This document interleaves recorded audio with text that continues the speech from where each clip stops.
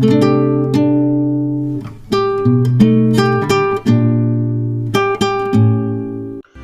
தி Lord, ஹல்லேலூயா.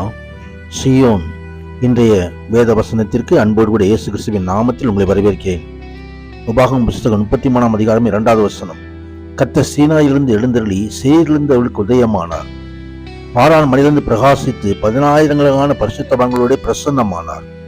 ஆம், கர்த்தர் நமக்கு உதயமாக அருணோதயமாக எழுந்தருள்வார். ஒருவேளை இருள் கவி இருந்தாலும் ஒரு புது வெளிச்சம், கால்களுக்கு தீபமாய் பாதைக்கு வெளிச்சமாய் வார்த்தையானவர் நமக்காய் ஒளியாய் தோன்றுவார், உதயமாவார். அவர் நீதியின் சூரியன். ஆம், நம்மை பிரகாசிக்கும்படியாக எழுந்தருளுகிற கர்த்தர், இந்த உன்னத தேவன் தாமே நம்மோடு இருந்து நம்மை நடத்தி மகிமையான வெளிச்சத்தை காண பண்ணுகிற தேவன். அப்படியே நம்மை ஆசீர்வதிப்பாராக. ஆமென், ஆமென்.